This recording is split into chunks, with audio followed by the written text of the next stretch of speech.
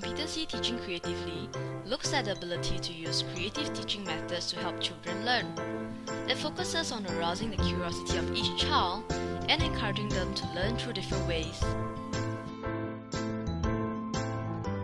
At Level 1, all teachers should make lessons interesting. By providing an environment that encourages children's participation, invokes their curiosity, and allows them to learn through play.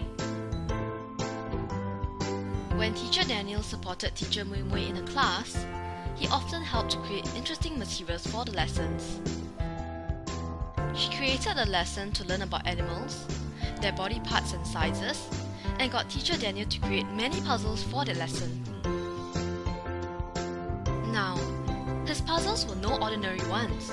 He incorporated different textures and materials into the shape of the animals.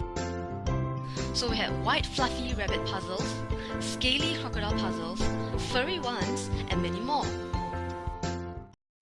The children were absolutely fascinated. He helped make the lesson more interesting through the puzzles and helped the children learn about animals through play.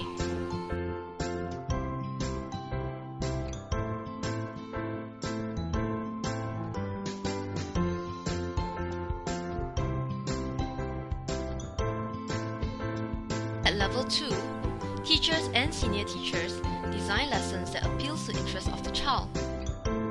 By making lessons interesting and relevant to what they experience in their everyday life. We saw how Teacher Mui Mui incorporated many different lessons and approaches that appealed to the varied interests of a class. She introduced teacher-initiated activities like storytelling, creating songs, and puzzles. To make the lesson relevant to everyday living, she even brought in a live crab, and the children were so excited at the sight of it. She also tried incorporating some questioning techniques to help stimulate their curiosity. Teacher Mui Mui also dedicates time for child-initiated play. When Benny was playing with a box of small cars, she created some ramps using cardboard tubes, and Benny started pushing the cars through the tubes and they sped off. He showed her excitedly what he has found out, and she helped him learn about speed.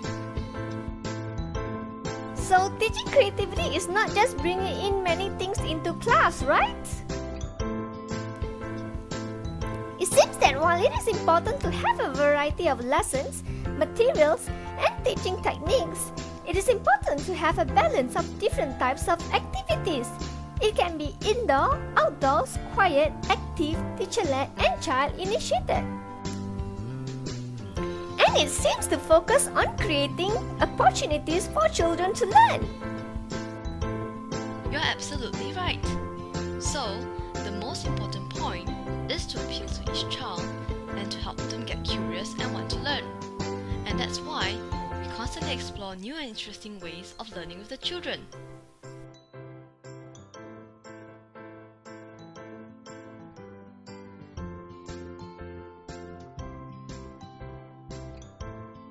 Now, at Level 3, senior teachers are to provide a range of learning opportunities, which includes designing lessons using a range of activities to introduce concepts and ideas to cultivate a love for learning in children. We saw how senior teacher Karis supported Teacher Mui Mui to design and integrate in the many activities when they covered the theme of animals. Besides that, senior teachers also need to provide learning beyond classroom or outdoor environment. Senior teacher Karis even planned learning journeys to the zoo and the bird park for her class and Teacher Mui Mui's class. They went on a guided tour behind the scenes where the children got to handle ostrich eggs. And they also stood on it. She got her class curious, and the children were intrigued by eggs and they talked about it day and night. Senior teacher Karis brought in eggshells to make art. Used her laptop to link to some video clips about various types of animal eggs, and they even went on a field trip to a chicken farm to do a closer study about eggs.